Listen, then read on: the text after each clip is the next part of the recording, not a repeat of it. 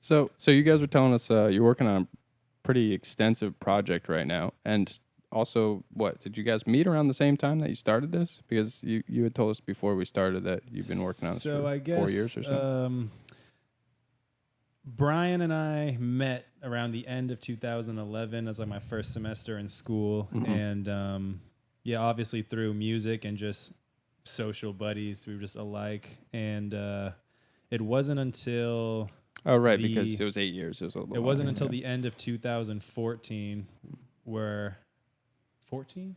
Yeah, the end of 2014 where we just had a conversation. I feel like you remembered in better detail, but I just said, let's make a documentary because maybe my wanting to make progress with music and me being a part of Blue Collar and wanting to make more money as a videographer, I just felt like there were so many questions I had, and that's what sparked the idea to try and compile the answer for myself, right? Via all these interviews with creatives from all levels of success. I told Brian, would you like to do this project? And he said he was down, and we brainstormed on a dry erase board in my garage. Nice.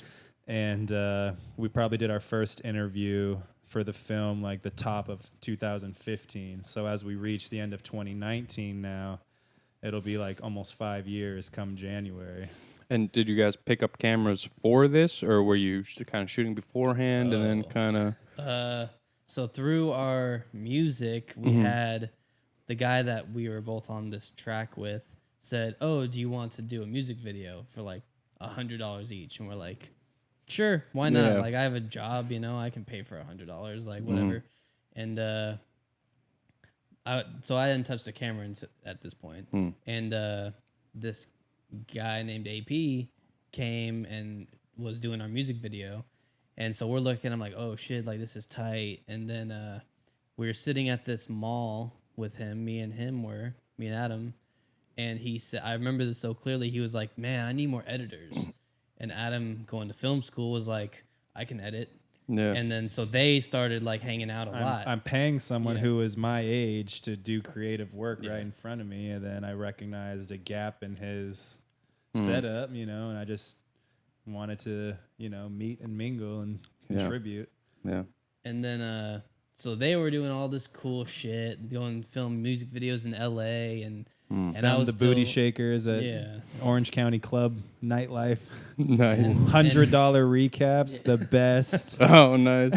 How long were those? Like just a couple minutes? Like for social. 30 seconds or something. Yeah, commit on a Thursday night and edit done by Monday or something like that. I don't know. I was exploited, but I loved it.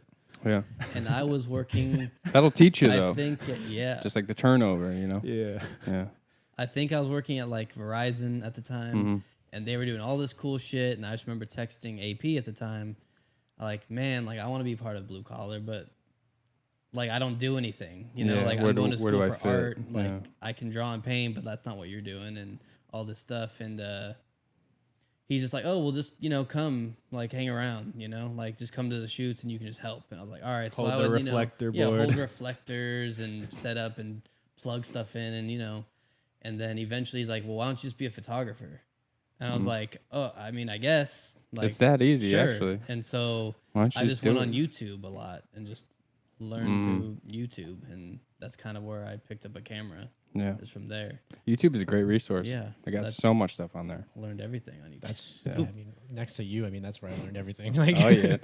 Yeah. Like, Adam and him would teach me, like, the basics of, like, the settings. But, like, anything beyond that, it was, like, I have to learn how to do this. And at the time, I didn't take it like super seriously, I just did it because they were doing it. Yeah. And then I got better, Then you grew